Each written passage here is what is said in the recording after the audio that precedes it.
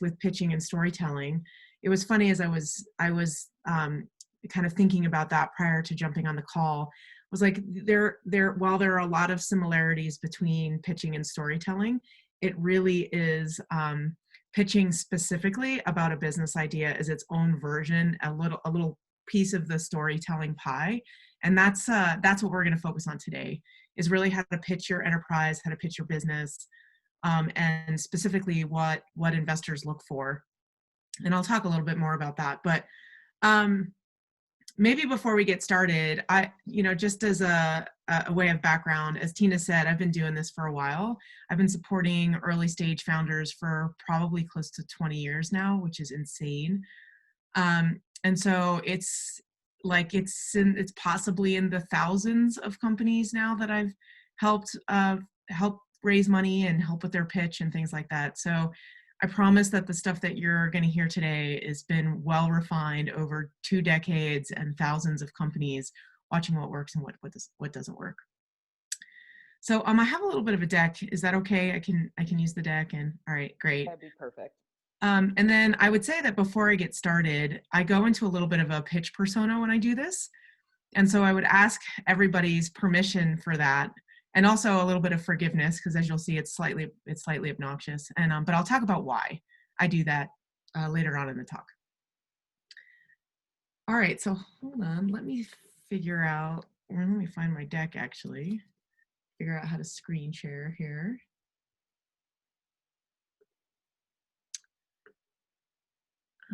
Let's see.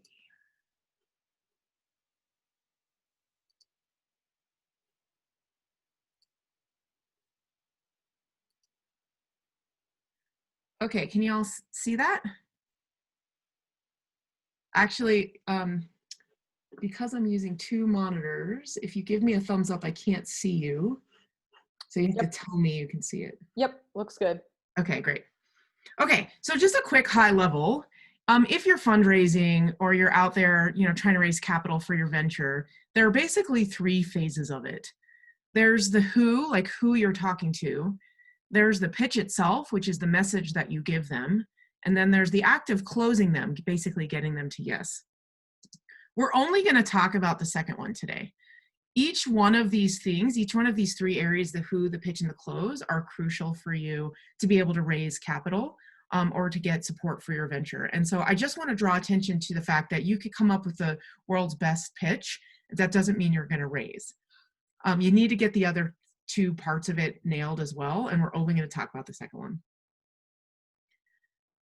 All right, so as I mentioned earlier, I go into a little bit of a pitch persona, so I'm going to ask for your permission and forgiveness to do that now, but let's get started.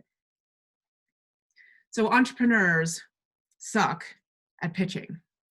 I know this because I've spent nearly 2 decades listening to founders pitch, and I can count the good ones on only one hand. My name is Nicole Glaros. I'm the Chief Investment Strategy Officer, and I'm here to help you guys not suck at pitching. All right, so the very first step, what's the very, very first step that you need to do? Number 1 is know your audience. You need to understand who it is that you're talking to. And if you don't know them on a deep level, you'll never be able to communicate with them. So you have to understand, what do investors care about? Today, we're talking about an investor pitch. So what do investors care about? Investors care about primarily returns. They don't care about every single little detail about your business. They don't care about every single little feature. They don't necessarily care about how or why you got here. They want to know that you are going to generate returns. Now, this is an equity investor. But if you're not talking to an equity investor, think who you're talking to and understand at a deep level what they know. Are you talking to an impact investor? Does that investor only care about impact, or do they care about returns as well? Are you talking to an employee? What does an employee care about? An employee cares about professional growth. An employee cares about stability of their jobs. Understand your audience. It's not just about knowing who they are. It's about understanding what they care about and then engineering what they care about in every single sentence that you deliver. Literally write down on a Post-it note and stick it on your laptop so it's constantly reminding you, how does this sentence or how does this slide reinforce the thing that they care about? When you get that right, you will always become a phenomenal pitcher no matter what it is that you're pitching or who it is that you're pitching to. All right, the second thing is, what's the goal? What's the goal of pitching? Everybody thinks the goal of pitching is to raise money, but that's not necessarily true. You're not going to raise money in one meeting. You're not going to close that deal in one meeting. On occasion you do, but it's very, very rare. The real goal is to get another meeting. You want to entertain me. You want to impress me. You want to get to the next meeting. If you can't do that, then you've wasted your time. So again, as you're thinking about your pitch and putting together your pitch, you need to understand what they care about. And the only thing that you need to do is just give them enough information to get to the next meeting.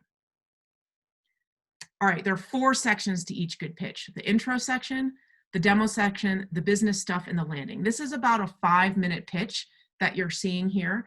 Even if you have an hour to talk to people, you don't want to spend an hour talking. You should be able to summarize your venture in 5 minutes, whether it is that you're talking to a mentor, whether you're talking to an investor, whether you're talking to a potential customer, or whether you're talking to the general public. You should be able to summarize your business in 5 minutes or less.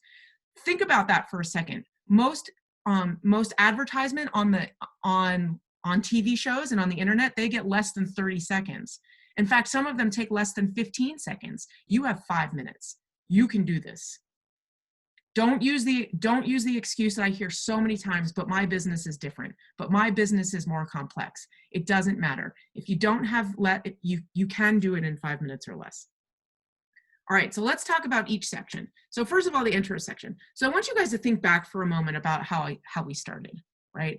Think back to how I started. I introduced myself, right? I said, my name's Nicole Glaros and I'm the Chief Investment Strategy Officer. I gave some credibility. I've been doing this for 2 decades. I've listened to thousands of pitches. I stated the problem and opportunity. I said, entrepreneurs suck at pitching. And then I basically said why you should care, right? If you guys want to be good at this, you need to pay attention to me. The whole goal of that is to be interesting. To be interesting. Because at the end of the day, what are you competing with? Right now, I am competing with everything else that's on your computers, right? You guys all have your cameras off, so I don't even know if you're sitting in front of your computer. You're probably on your phones. You might be watching videos in the background. You might be in the kitchen getting yourself coffee. I don't know. Your competition isn't what you think it is. It isn't the other companies in your space that are doing the similar things that you are doing. Your competition is for my attention, right? And you've got less than 60 seconds to grab my attention, usually less than 30 seconds. So if you think back to how I started, I did all of that. I said that you suck at pitching. I introduced myself. I established credibility in less than 15. So that intro section, I give you a minute, but best practice here is less than 30 seconds. And here's some suggestions on how to be interesting, right? Tell me a startling fact. Tell me an interesting personal story about you. Contradict conventional wisdom. Make me laugh. Play on a fear. Be different. Just make me be thoughtful for a second. These are all techniques that you can use in 30 seconds to help me get into that lean in motion. So I'm not paying attention to anything else that's going on in my environment. So I'm totally listening to you. By the way, I will tell you that being interesting is difficult because what is interesting is different from person to person. And the only way you get to know your audience well, the only way you can see what's interesting is by observing the audience's reaction. The only way you get to be good at this is by doing it over and over and over again in front of others that give you feedback and input on whether or not their minds wandered or whether they paid attention or not, right? So the best thing you guys could be doing inside of this course is to be pitching each other and being honest with each other about when your mind is wandering or when you're not paying attention. All right, let's look at an example of a company that I think did this really, really well. So this is an example. So this company pitched in my 2010 Techstars Boulder program. ScriptPad is a digital prescription service. So rather than doctors writing prescriptions on paper, it was all digital. When they finished their presentation, they got a standing ovation from the audience. It's the first and only time I've ever seen that happen at a Techstars demo day. I've seen hundreds and hundreds of demo days, right? So it was very impactful to the organization. The one caveat I will say here is that know that this is on a stage. And so if you guys are pitching right now, you're likely pitching on a computer screen in front of a camera, but the techniques are the exact same. It doesn't matter. All right, let's watch ScriptPad deliver their intro. I'm Liam Davis-Mead. I'm here with my co-founder, Shane Taylor, and we're ScriptPad. ScriptPad transforms the iPad and iPhone into a digital prescription pad, enabling doctors to write prescriptions faster and safer than their current paper process. Why do this? Because this stuff kills people. This is an example of a completely illegible handwritten paper prescription. The pharmacist in this case dispensed the wrong heart medication because he couldn't read the doctor's handwriting. He mistook Iserdil for Plendil, and instead of controlling the patient's condition, the medication caused a massive and fatal heart attack. And this happens again and again and again. In fact, of the 1.7 billion handwritten prescriptions scrawled out each year on those familiar paper script pads, up to 40% contain some form of error, whether it's missed drug interactions, improper dosing, or just plain unreadable handwriting. Each year, 7,000 people die, and another 1.5 million are injured as a result of these errors, causing billions in avoidable hospitalization and treatment costs. Okay, so what I want you to do for a moment is put yourself in the shoes of an investor. If you're going to know your audience, you need to try to think like them. You need to try to understand what's interesting to them and what's not interesting to them. I mentioned to you that most investors, why they're investing is because they need to generate returns. It is their job to generate returns. So with that in mind, as you think about what you just heard, can you tell me what indicates that this company can generate returns? A handful of things, right? First of all, is it a big market or a small market? It's a huge market. It's all doctors and hospitals that would pay for this, right? Huge market. Does that market have the ability to pay? You bet. Doctors and hospitals, they've got cash, and they're desperately trying to reduce liability, right? What about stickiness of the product? If a customer starts using this product, are they going to continue using it for a while? Well, probably, right? Because once you get familiar with a technology like this and you get it in your systems and everybody starts using it, you're not going to really want to rip it out and put it in with something else. But the most important thing here, which is what they did, is what we refer to as twist the knife. They didn't just tell you that they do digital prescriptions. They made you feel it. At a visceral level, you felt that it was your responsibility as an investor on earth to help fund this company. Because if you didn't fund this company, then one of your family members could potentially die from a misdrugged interaction or improper dosing. You felt you had a responsibility to it. So they made you really feel the problem, not just know the problem. The twisting the knife is just that, when you can feel the problem rather than just knowing it, in addition to layering on all of the other things that as an investor I care about. How big that market is by telling me, doctors and hospitals, how big the financial problem is and the billions of dollars that is wasted every year. So every sentence out of their mouth engineered to help me feel the problem and know that on an investor level that there are returns that could be generated behind this business. Okay, let's go. So that's the intro section. By the way, as you're thinking about your pitch and how you present this to the world, you probably want to spend about 80% of your time formulating this first 30 seconds to 1 minute. 80% of your time. So think about that, right? Most people spend most of their time in the middle stuff, in the business section, which we will talk about later, but that's not the hard part to get right. The hard part to get right is this intro. So spend 80% of your time focused on getting this part right. Come up with 2, 3, 4 different versions of your intro. Try them on people. Look for individuals' reactions. Are their eyes glazing over? Are you losing them? Are they paying attention? Are they leaning forward and interested in what it is that you have to say? Give each other that honest feedback. If you guys do pitch practice with each other, give each other that very honest feedback around where your mind wanders. Because if you guys don't know when the audience's mind is wandering, you can't fix it, right? Okay, so that was the first section, the intro section. Let's talk about the demo section. The big summary of this section is show me, don't tell me. I listen to thousands of pitches where companies just tell me what they do. I'll give you an example. We make an app that lets friends discover and attend events. Really? Like, I've seen that pitch 2,000 times. In fact, there was a time period at Techstars where I said, I will never ever fund a social local mobile event discovery company, which is this, right? An app that lets friends discover and attend events. Really? It's an awful idea. But then when you see it, so using the words to describe it isn't effective at all. But then when you see it, you start to get an idea of what the company is capable of. From the second that you log on to Native, we start to get to know you. You authenticate with your favorite social networks so that we can bring your interests to life. Then we ask you a couple questions to get to know you better. These questions will periodically appear in your feed so that we can improve our recommendations to you. This is your first recommendation. As we scroll through, it becomes clear that this hike was recommended because the weather's great, your friends are available, and you love to spend time outdoors. Here's another. This yoga class is happening soon nearby, and you told us that you were interested in working out more.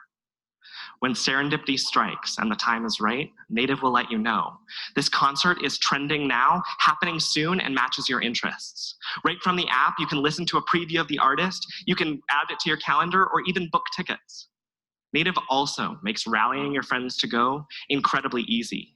With a couple taps, we match you with the best friends to bring, and with a single tap, we send a notification to all these friends. And with a swipe, they can say that they're interested too. Goodbye staring at your phone, and hello, adventure. It always makes me laugh when he says that. Hello, adventure. This founder, I'm still very close to him, and I tease him about that line all the time. Hello, adventure. Okay, so if you think back, an app that lets friends attend live events, right? Like, not interesting to me. But when you see the app, when visuals are used to help communicate to me what it does, and when all of the features of the business that help me understand that there are returns to be generated here are included in that demo, it becomes much more powerful. For example, one of the things as an investor that I care about is growth. How quickly can the company grow? How quickly can this spread, right? And if you think back to what he showed you, he built that right into the demo. You're going to share it with your friends, and your friends are going to be able to interact with it because you're interacting with it, right? Oh, there's a virality coefficient to this app. I got it. They don't have to spend a lot of money on customer acquisition costs. They don't have to spend a lot of money on marketing because the users are going to do that for them. Even though he never used that language in the demo, he showed it to me as part of the demo. How's this company going to make money, right? There's another critical question that we always ask. He didn't tell you how he's going to make money. He showed you. He built it right into the demo because he showed you that you can purchase tickets right in the app, right? He also showed you with the demo that they are very good at product design, that they are very good at engineering. This is all part of the demo. So without using words, he used images. The biggest mistake that most founders make is use words in describing it. My best guidance to you is don't use words. Give me a one sentence on what you do, and then say, let me show you how we do it, and then dive right into a video or screenshots or something that show me your product or service. If you do that, it helps take my interpretation out of my head and replaces it with what you are actually doing so that I actually get it right. This part of the presentation you want to spend about 2 minutes on. In fact, this is probably the bulk of your presentation in terms of time that you spend talking to somebody. So you're going to spend 80% of time prepping for that intro section, which is 30 seconds to a minute. You're probably going to spend, actually, that's not exactly true. You probably spend 70% of your time prepping for that first 30 seconds to a minute.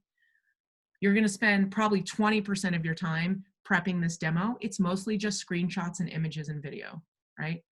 Then, and that's probably about 2 to 3 minutes of your 5 minutes.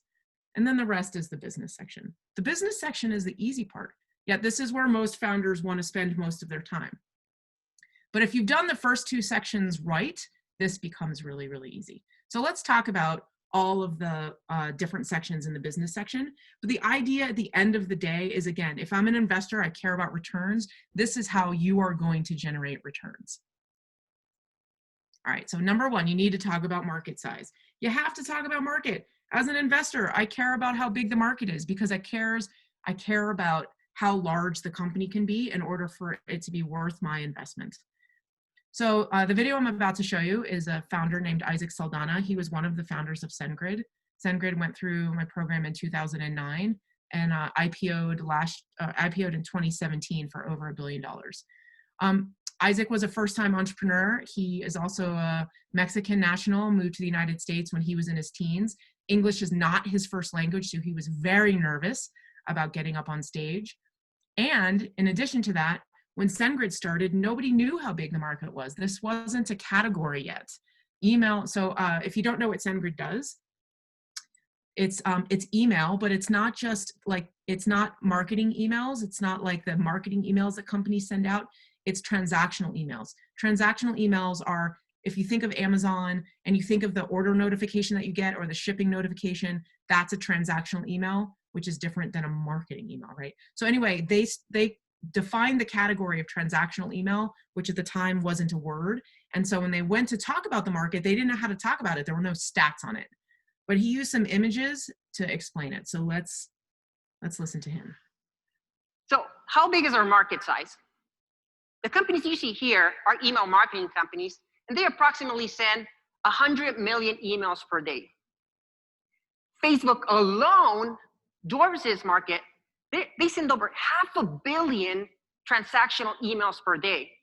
And there are many other companies sending transactional emails that don't have the resources Facebook has to deal with transactional email problems. Okay, so as an investor, I looked at those 4 first companies that he put up there. Those were publicly traded companies that were in the marketing email category. He then showed me Facebook, which dwarfed that market as only one single company and how many transactional emails they sent out a day. But he said, none of that's our market. Our market is all of these other companies that need to send out those transactional emails that don't have the same resources as Facebook. So I walk away from that not really knowing how big the market is, but I do know that it's not just huge, that it's fucking massive. And as an investor, that makes me extraordinarily excited because I know that if I invest a little bit of money, that capital can multiply and multiply to be very large returns. For what it's worth, this company was over a 200x multiple for us as an investor. All right, so you need to talk about market. The other thing you need to talk about is your business model. You need to talk about your business model. I cannot tell you how many pitches I see where they don't put a business model in there. Remember, if my objective as an investor is to generate returns for my LPs, but you don't know how you are going to generate money, I can't be interested in what you're doing. I will tell you that you don't have to have all of the answers though. You don't have to have it so well defined.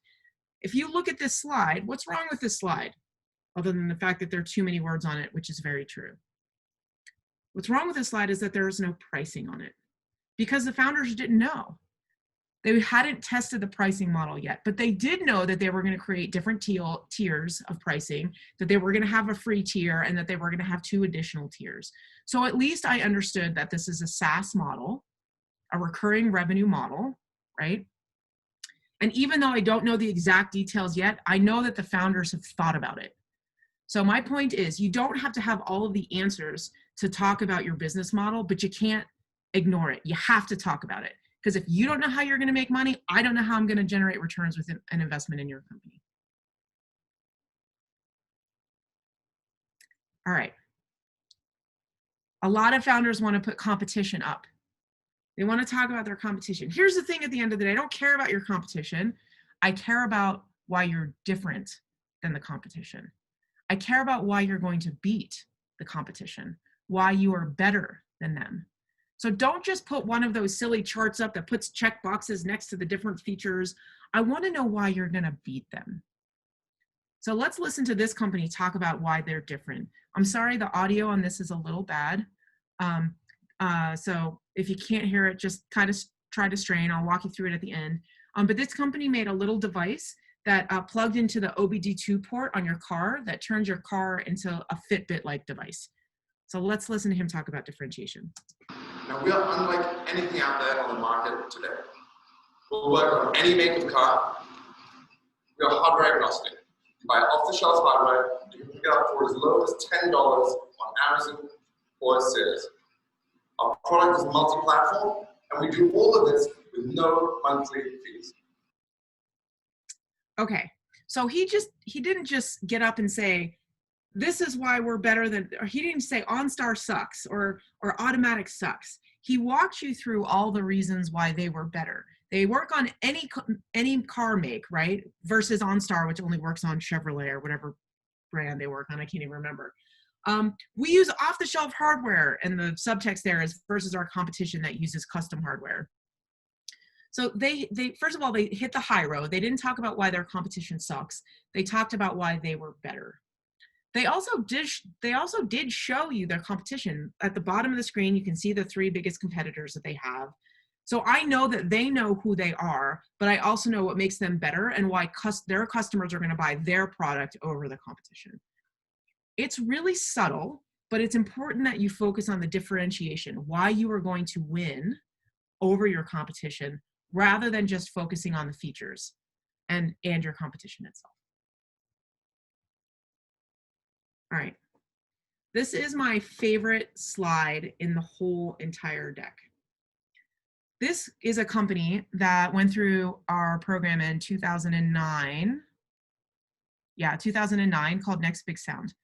When they were going through the Techstars program, they were also graduating college. They were going to the University of Chicago, and they would have to fly back to take finals, and they would fly back to Colorado, and then they'd fly back to graduate, and they flew back.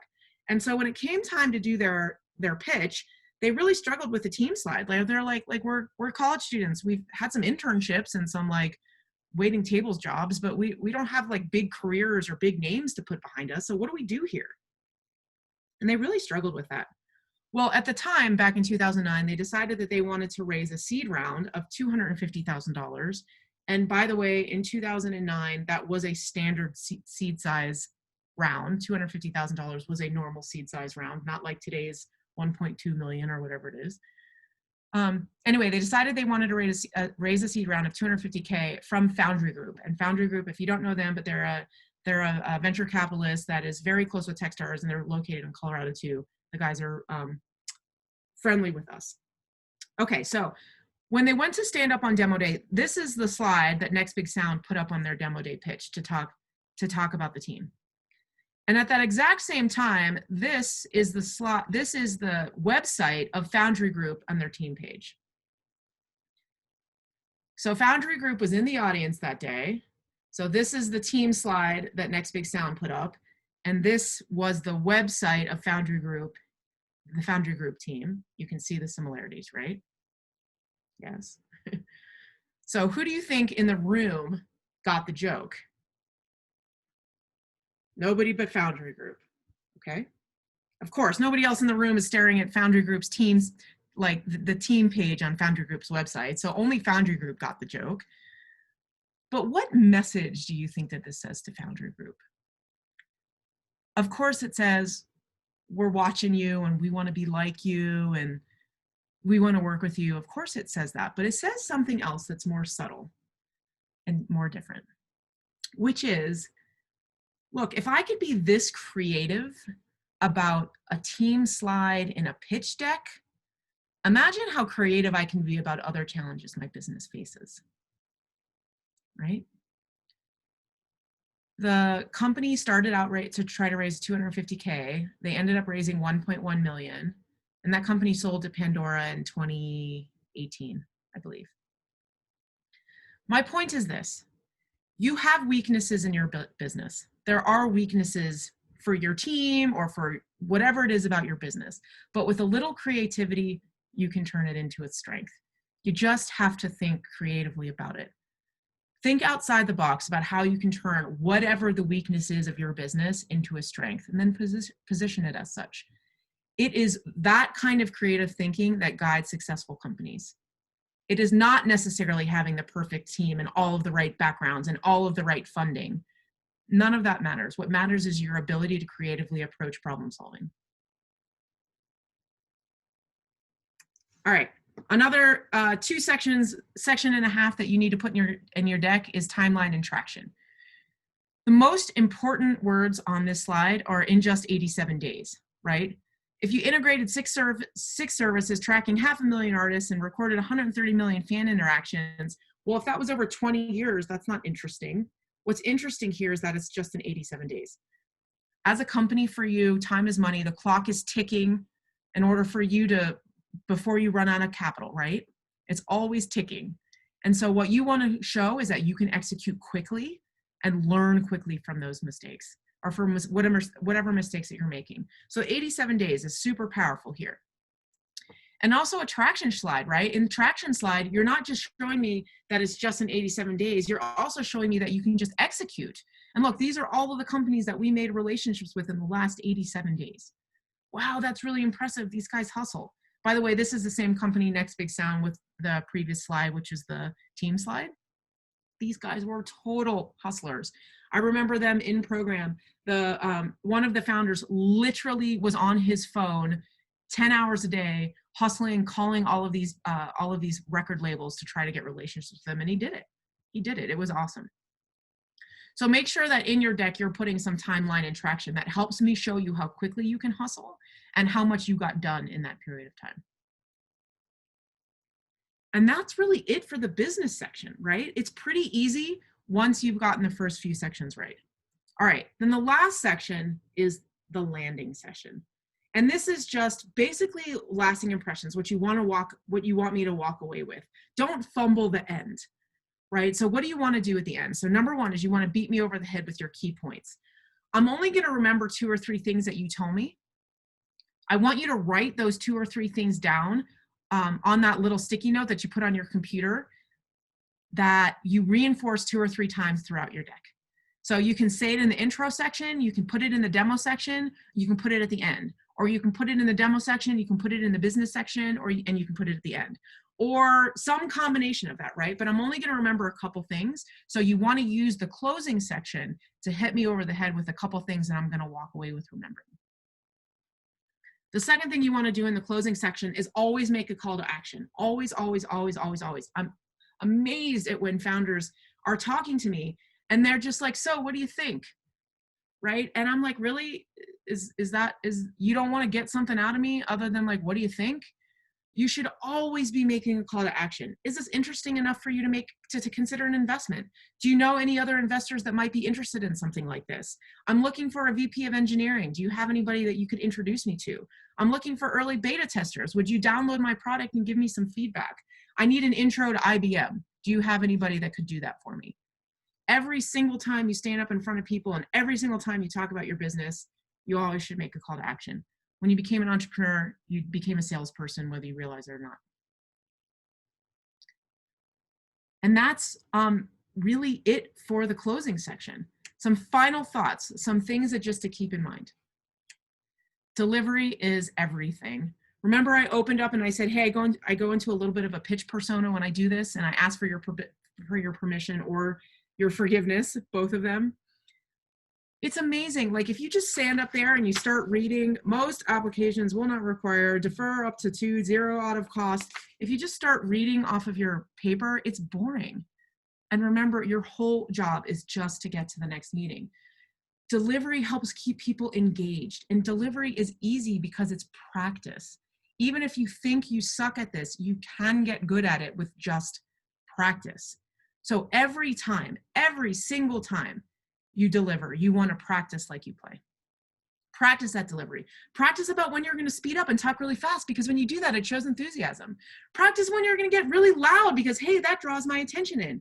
Also practice when you get kind of soft, because when you modulate your voice, it helps keep people engaged. And learn how to use the tools of silence. Silence can be very powerful.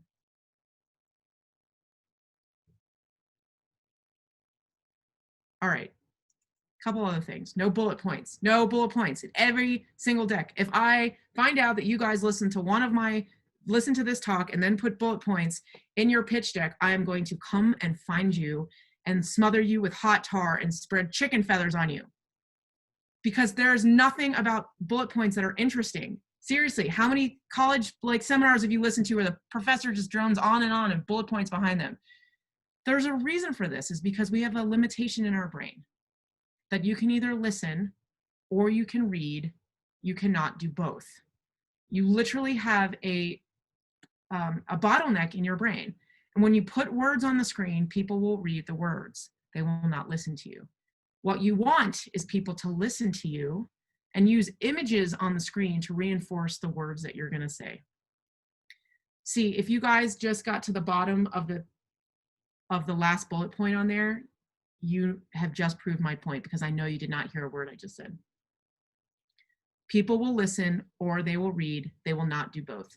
And anyone that tells you that they can do both simultaneously is lying. It is a limitation in your brain. So use images on the screen behind you to reinforce the words that you're saying. Use no more than 4 or 5 words on a screen at any given time. Okay, avoid generic language. Generic language is deadly. Our sales intelligence tool helps customers close more deals. What does this company do? Can anybody tell me? Probably not. Maybe it's an app, or maybe it's a phone book, or maybe it's a meetup. I have no idea what this company does. And when I don't know what they do, my brain immediately disengages and I start thinking about what's on my phone or what's going on behind me, right? Another example, we help companies collaborate on social media content. Same thing, generic language. It's deadly. Your brain disengages. The way to avoid generic language is don't tell me what you do, like helping companies collaborate on social media content. Tell me how you do what you do. How you do what you do for this example might be something like, we create an app that pulls together we create an app that pulls together chief marketing officers that lets them communicate with each other so they can deliver best practices, so they can learn and deliver best practices inside their own company. Okay, tell me how you do what you do. I mentioned this already, but I will say it again, practice in public. The only way you figure out what's interesting, the only way you figure out if people are engaging with your content is by seeing people's reactions. When you see people's reactions, you can then learn, am I losing people? Are people engaged? And you can figure out where they're not engaged, and you can start to edit those sections. Also, if you are practicing delivering it poorly, like if you're sitting in front of your mirror at home and you're doing this, or you're sitting in front of your peers on this call and doing it, and you're just reading and you're reading in a boring way, you're literally practicing that. So when it comes time to deliver it, that's how you're going to deliver it. Every single time you deliver, even if you're reading, you want to deliver it like you're going to deliver it real. Because the more that you do that, the more likely it is to hardwire in your brain that when it comes time to deliver it, you'll be great. Make sure that you're practicing your answers. The first thing that's going to happen when I come up, if you succeeded in getting my attention, I'm going to come up to you and I'm going to ask you a question, right? Like, tell me a little bit more about your revenue model. And for the founders that go, well, you know, we're kind of like thinking, we're thinking, you know, we're still thinking about it. Like, we're going to do advertising in the short term, and you know, maybe when we get to enough people on the platform, we're going to start charging for the service, and we also might augment it a little bit with merchandising. What? Like, you just lost me. You clearly haven't thought about this. But if you deliver your answer succinctly in a practiced way, we're going to make money 3 ways. First way is through advertising on our website. Second way is through a subscription model. And third way is through merchandising. We're still debating the weight of those and how much we're going to charge in each area. We're still experimenting, but right now that's the hypothesis, those 3 areas. Wow, I got it, right? You've just delivered to me confidence. And when you deliver to me confidence, then I have a much easier time of believing you. Practice your answers. Nail the questions, or nail the answers. Make sure you do not lie or bullshit me. It is amazing how often I get bullshitted, and I have a really good bullshit detector at this point. And when somebody is bullshitting me, I do not ever have a second meeting with them. And I usually say, thank you so much for your time, and I move on. You guys have, as entrepreneurs, you guys have decided to embark on a very difficult path. You are going to face problems. And unless you face those problems leveraging the support of the people that are economically aligned with your interests, unless you engage them to help you, you're never going to succeed. And if you lie or bullshit them about what's going wrong, you're going to lie and bullshit me about anything. So don't lie and don't bullshit. Just say, I don't know. But hey, that's a great question. Do you mind if I get back to you after I do some research? The advantage of being honest in that case isn't just being honest because it's true. It is also, you can follow up with somebody. You get their card. Remember, the whole point of this is to get to the next meeting, right? So if you can get somebody's card and say, hey, I would love to follow up with you once I come up with a better answer to that question, then you're developing a relationship with them, which makes the investment much more likely. Okay. So I said this at the beginning. I'll say it again. There are 4 sections to the pitch. The intro section, you want to spend about 75% of your time on that first minute, less than a first minute. The demo section, you want to spend, probably 15 or 20% of your time preparing that. And then the business section, which is all those things: market size, business model, differentiation, timeline, traction, team, right? And then your landing section, which is the ask and hitting me with your key points. This is the format for a good deck that can be used in most situations. When you're creating this deck, the best way to build it is to use a deck. Don't use a Word document, or don't use a document, use a deck. The reason for that is because it's going to force you to put images on the slides and then use the presenter notes for your script. And because you're forced to use this super small space at the bottom for your script, you will end up creating shorter words or more powerful, less words. And that is good. Remember, you're trying to boil this down into 5 minutes, right? So you don't want to drone on and on. In fact, the longer it takes you to make a point, the less powerful that point will become, and more likely people will be to miss the point altogether. So you want to use holder images on the deck that will reinforce the script that you're saying at the bottom. Make sure that you only try to put 1 point per slide. Don't put like your timeline and traction in the same slide. Don't put your market size and your business model in the same slide. Separate that stuff out. Make only 1 point per slide. And as you use a deck, then you can easily rearrange the slides to help create a more flowing story. All right. So my name's Nicole. Now you won't suck at pitching. So I'll stop there. Hold on. And get out of presentation mode, and also see if there are questions or if anybody actually has a pitch that they want to give us. That's a total challenge, guys.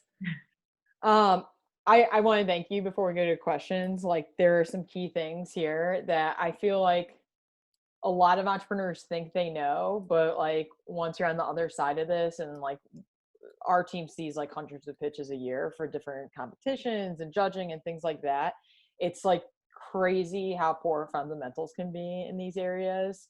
And I really want to like double down on this fact that you guys have to get out of your head and get your pitch in front of other people, please.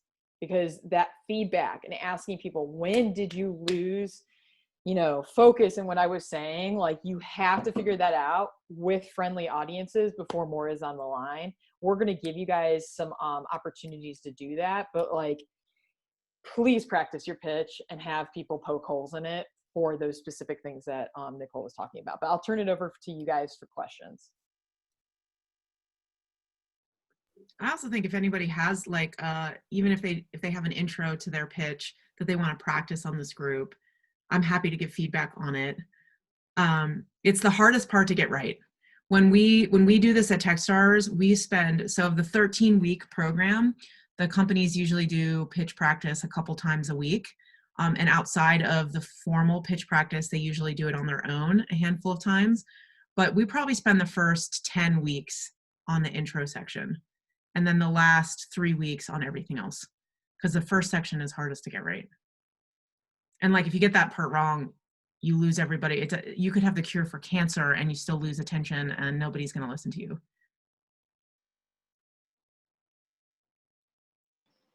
I have a question. Let's hear it. Yeah, so I've been involved in several competitions, pitch competitions and so forth. And I'm starting to notice that, you know, there's a very similar introduction that I'm seeing a lot of teams take. You know, to form that emotional connection, it's typically a story they give of someone they know, or, you know, some other emotional connection through a story. Does that ever come off as like generic or, you know, routine based on your experience? And do you think that approach is overdone? Yes, to answer your question, I do think the approach is overdone. There are time periods when there are situations when it is appropriate to do a story. The nice thing about a story is that if you're good at it, it can carry the listener a lot longer and hold their attention longer. However, if you're bad at it, or if every single pitch sounds the same way, then the audience will disengage with it, right? And so the example that I use is, you know, if you're sitting in your house and the air conditioning or the heater goes on, you hear it go on, and then after a few minutes you don't hear it anymore because your brain starts to tune it out. The same thing happens with pitches, right? If every single pitch sounds the same and it all has the same rhythm and it all has the same format, then no matter how good the pitch is, the audience or the judges will still tune it out because they all sound the same. And so what gets hard, this is why I said, like, becoming interesting is so relative to the audience and who you're talking to. And you gotta like know your audience in order to be able to deliver a pitch that's really interesting. So if you're involved in a pitch competition where you're like number 8, if there's a way that you can figure out who's pitching before you and go look at their businesses and go, if you can find video of them pitching or anything like that, that will be really powerful for you because you can help switch it up. So while I would say that a story at the beginning can be powerful, it can also be detrimental based on what's going on. One of the things I always try to help my companies do was try to vary, you know, try to change up like how they approached it. I had one founder that sang, and I can tell you that was a decade ago, and every single investor that I know that was there still remembers that pitch. So don't be afraid to be different, but what you need to do is still deliver the information that I need in order to be able to make an assessment of whether or not I want to come talk to you. A good example of that is we've all seen commercials that we think are amazing, but at the end of the day, we can't remember what the product was for. It's like that, right? So you still have to deliver me information that helps me understand that the business is interesting while being sufficiently different. And the only way you figure that out is by pitching a lot, so you're getting people's reactions, and also seeing what a lot of other people are doing. Remember that, like Tina and myself, I literally listen to, I mean, I'm telling you, it's over 1,000 pitches a year, and per year, times how many years I've been doing this. So the only way you guys get good and by being more understanding of what we're going through is by listening to other pitches. So Thank you so much. Go look at as many of them as you can. Nicole, Yeah. Go ahead. Sorry, I thought you were done. Go ahead, continue your question. No, I was done. I was just thanking her. I really enjoyed this workshop. So yeah, that's it. I did too, and I wanted to thank you for your refreshing honesty in some of these topics and how you approach them. One of the things that I made a note of that I especially liked is that in that first video you showed, it opened up with the transcribing, how doctors a notepad, and the opening statement was that they would be transforming an iPad into that. And I've always been, and to me that was very interesting because immediately, you know, the value proposition, you have an understanding of the competitive landscape of the project, and you have a familiarity and something that we know being transformed. And I was curious about what your insights would be of how effective you found that language to be when in a pitch. So a lot of companies might sometimes do a positioning map to show value proposition, but would it be more effective to always try to sort of tap into what's familiar to the audience and how your business or product is transforming that into something better? So there is no answer to that question. So here's where it gets tricky, right? Is it's going to be specific for each company. So for some companies, yes, and for some companies, no. And so I can't answer that question without understanding more about what your company specifically does or what your product or service. The one thing I will tell you about that pitch that I showed you is that pitch was from 2010. And so remember, that was a decade ago. And at the time, the iPad and the iPhone were like, the iPhone was brand new. It was like, what, 2 years on the market, 3 years on the market. The iPad, I think, had just come out. And so at the time, people were still trying to figure out how to use these devices. So that's one thing to remember.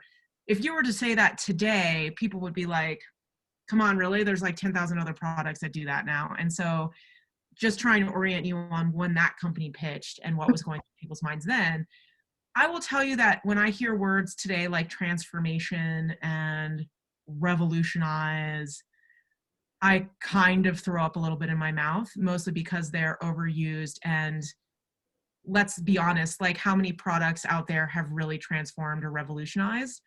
Well, you could probably count them on one hand.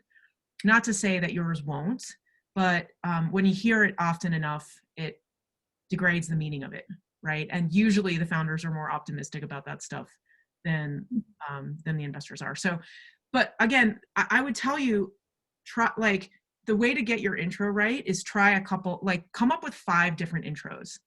I put some bullet points, which I know is violating one of my earlier rules, on how to deliver an intro, whether it's tell a story or give me an interesting fact or contradict wisdom. Take a few of those and come up with like 5 different versions of how you would orient your pitch, and try those 5 with different audiences and see which ones get the best reactions. And then you can start to pick and pull pieces together to pull together an effective intro.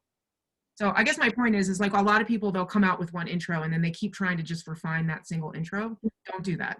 Come up with 5 radically different intros and keep trying those 5 to see where you get the best reaction from people. And that'll help narrow it down. So help you figure out whether a statement like that or an analogy like that will be impactful for you. Okay, sounds good. Thank you. And if I could, just as a follow-up, what is your take on something like a positioning map, where I have, you know, the Y and the X-axis and sort of all of these companies here, and my company is here. You mentioned you're not a big fan of the checklist. We do this, our competitors do that. But what is your take on something like a positioning map? So maybe I will turn it back to the room and ask anybody to raise their hand if they have ever seen a positioning map that is interesting to them.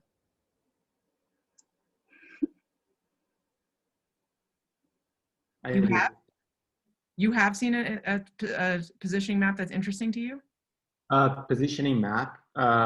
If you're talking about the positioning map that people put themselves and other competitors in like a square box with the, you know, barriers to entry, I think that I found it interesting.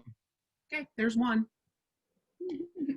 So I don't find them interesting, but again, it really depends on your market.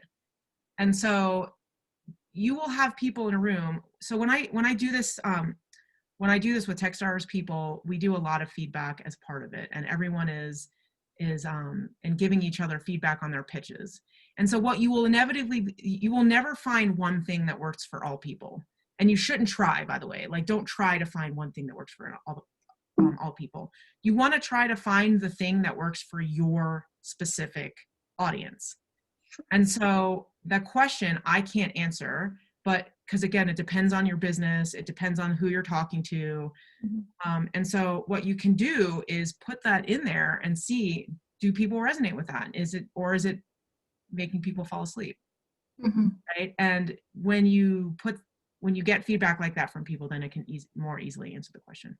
Right. Okay. Thank you. Nicole, there's a good question in chat here that I think is probably relevant for a lot of these companies right now, just the stage they're in, and because a lot of them are in college right now doing competitions and stuff like that. How do we tailor this information for pitching videos? So maybe just more around, like, to reorientate that question to like maybe 1 to 2 minute pitches. What do you think are the priority elements to get across? Yeah, great. The priority elements are the intro and the product demo, the demo. You might need 1 or 2 more of the business section stuff, but like, I don't think you need all of it. I think like, again, it's going to be company specific. So what you want to do is take the strengths of the company and highlight the strengths.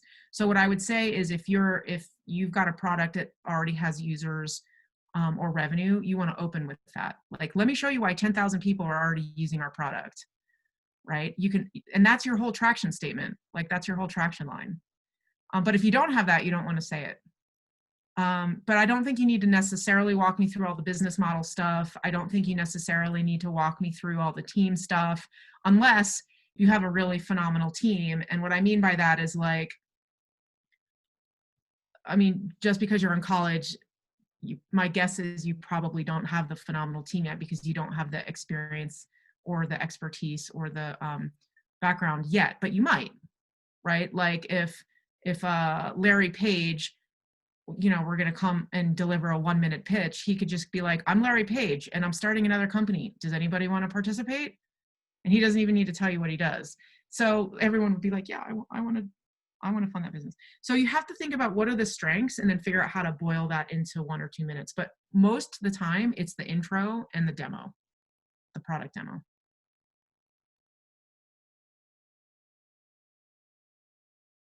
Like, maybe just one more thing. Everything that I just showed you, the Techstars companies, so all the Techstars companies now are delivering this via video as well. And they are still putting all of that stuff in there. They're just doing it in 3 minutes. It's still the same format though, just in 3 minutes. So I think 1 minute 1 minute is quick. 2 minutes is adequate. 3 minutes is comfortable. 5 minutes starts to feel long. So I think you can deliver almost everything I gave you in 3 minutes. You probably couldn't do it in 2. You for sure couldn't do it in 1. But at least that intro, like, capture my imagination, capture my attention, and then show me images or screenshots or drawings or renderings of whatever the thing is that you're going to do, so I can understand it at a level, and that helps me decide whether or not I want to come talk to you. Hi, this is Catherine. I've joined by phone and I wanted to test out 1 or 2 of my intros. Oh, love it. Let's hear it. To get your feedback. Okay, here goes the first one I'm thinking of. Teachers in developing countries, which I prefer to call the majority world, because that's what it is, the majority of the world, want and need teacher training, but it's inaccessible or inappropriate to their local context. Also, all of these teachers have phones. They just may not be connected to the internet. Enter Mobile Teacher, the only app that works without internet for teachers in developing countries to share videos of their effective teaching practices and essentially help train each other. That's the first one. Okay, great. Let's hear the second one. Okay, second one. Before COVID-19, UNESCO called our global teacher shortage and the number of children out of school globally a crisis.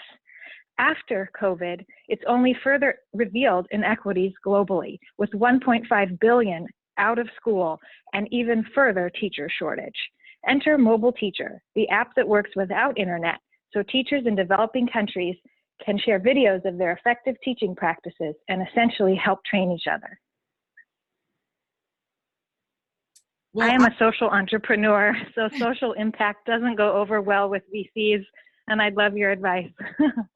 Yeah, so I mean, I have an opinion on which one I like better, but remember, like, you're wanting to get as much information as possible, much feedback from as many different people as possible, right? So I would say that the first one captured me more, and maybe it's just because like, as soon as you say before COVID, I start thinking, oh, this is a COVID specific business. Therefore, is it really going to be relevant in a few years? And so you almost lost me with that one phrase.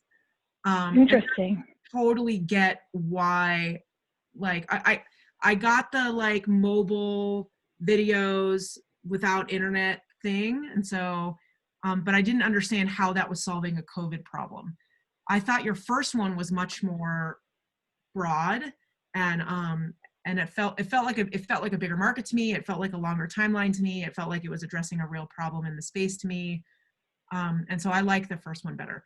But you know, again, I would say you want to ask all the people on this call, and anytime you pitch it, like, see where you're losing people. Thank you. Come on, someone else, do it. Feedback is great. We delight in feedback. All right, can we go ahead? Yeah. Oh, sorry. Okay. So that was great. I loved it. Thank you very much. My question is, you point out some demos in the pitches, but that kind of raises a question in my mind that what stage the company should be, or in what stage, what kind of demo could be prepared. So some companies are in idea stage, some of them have some product, and some of them have some traction. So what's your suggestion, recommendations on that? So the one that I showed you, that was the event discovery app, that company was like 1 month old. That was still a concept. It was just all drawings that he did. So my point is, you can be at any stage to do a demo.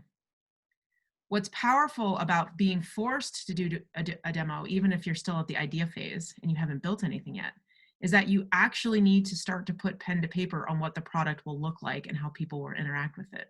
That is a very powerful exercise for you to go through. And it is not misleading to an investor as long as you disclose where you are. What I didn't show you is later on in that same pitch, the founder said, we're still at idea phase, and while we don't have any users yet, we will be done with an early prototype soon. So I'm not misled in terms of where they are. But as long as you're going to build that product, it's not misleading. And it helps you really figure out how the product is, how it's going to work. And you can show that product to potential customers to get their feedback on it, even if it's just drawings, right? And then when you go to communicate it to an investor, they get a sense of what it is that you're trying to build. So in true customer development style, I always encourage people to do videos or drawings or screenshots of what the product will look like when it's built, because then you can get really powerful input from your target market before you go build it. That makes sense. Thank you. We had a question in the chat about just communicating pain points. If there's a pain for a smaller audience, should you talk about that group where the pain is more acute versus a larger audience that might be not feeling it as much? What are your thoughts on that? I think it's going to depend on who you talk to.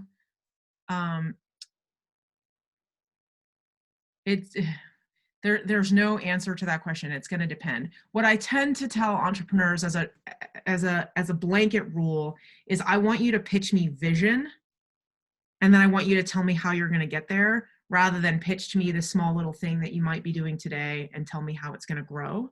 As an investor, I have to, like, as a venture capitalist specifically, when I need to generate large returns, I need the company needs to have a big market, and it needs to have a big vision. That's not always true for all the investors that you're talking to, though. If you're talking to angel investors or maybe you're talking to impact investors, that might not be so important to them, right? And so it's really, really important to understand what's going through your audience's mind. But as a general rule, I say pitch vision and then tell me how you're going to get there. So I don't know what your product is, but you might say, like, I don't know, like, this is an app for all Americans to use, all community members to use, but we are starting with this one particular niche and we're going to grow from there. Like, that's a great story, rather than we're starting with, like, here's this little niche and this little problem that we're targeting. But again, like, sometimes angels don't want to hear that. Sometimes impact investors don't want to hear that. So it really depends on who you're talking to before you make that assessment. So much of this is like, so much of this goes, you guys, I just want to, like, you have to do your research into whoever this audience is. We've said it over and over again. This means, like, looking at who else they've invested in if you're going for money. Like, who else are they partnering in? What are their specific interests that you can, like, turn on a light there? Like, again, like, you don't go into a test without studying. Like, you guys have to become obsessed about who is actually going to be on the other side listening to this. Sorry, somebody I think wanted to practice. I don't want to cut them off. Is it okay if I just, like, bounce the pain gain off you guys and see what you guys care about? And this was Shay's question, by the way, so this is perfect. Okay, great. Yeah, so canvassing is a $6.4 billion largely ineffective industry. How many of you guys have gotten texts in the last 2 weeks saying sign up for this proposition or vote for this leader and have just completely ignored these people because you're like, this is so annoying? They're really annoying. So like what our industry does is like, we are an app that connects anonymous swing voters with canvassers in an encrypted chat platform. Therefore, you can ask the questions that actually matter to you without having any of your data trafficked, mined, or stolen. Therefore, you can never get an annoying text message or be haunted by these people for the rest of your lives. You just want to get to the answers. And that's like the first one, but obviously like the big market here is canvassers and all the money wasted with canvassers and the hours and hours and hours of cold calls, soliciting, door knocking that they do, because our app just completely takes soliciting out of canvassing. Right. So this isn't the question that you asked, but one of the reasons why you're struggling with this is because you oriented it from the perspective of the user, not from the perspective of the customer. So like, I should say the receiver. So me as a human, yes, I did get a whole bunch of text messages that I didn't want, but I am not your customer. The customer is the person that is going to buy your product, which is the canvassing company. And so you have the orientation is not how many of you have gotten a text message that you hated and didn't want to get. The orientation is, hey, as a canvassing company that uses text messaging that's largely ineffective, we've got a better solution that protects the users and drives more engagement, right? And so oftentimes what happens is companies will orient from the user rather than the customer. You always need to keep your orientation around the customer. That might help you address the problem of, do you go to the smaller market or the bigger market? Got it. Thank you so much. Yep. Hi, Nicole. Thank you so much for being here. I have a quick question. I have a lot of information I'd like to revise my pitch with, but would I be able to contact you at a later date to get some feedback? You can shoot me an email. I will tell you that I do respond to emails, although it takes me a while. Because yeah, no problem. I get a lot of emails. I really appreciate it. I'm happy to take a look. Okay, thank you. I have a question. You mentioned we should figure out who to talk to when we want to pitch. I think one of the stage where I as an entrepreneur suck is to find right investors. So how could you help me not to suck at that stage? The best thing to do is go and figure out what. So first of all, there are so many tools that are available to help find investors. I mean, Crunchbase and like AngelList and I don't know. Just go like search out investor lists.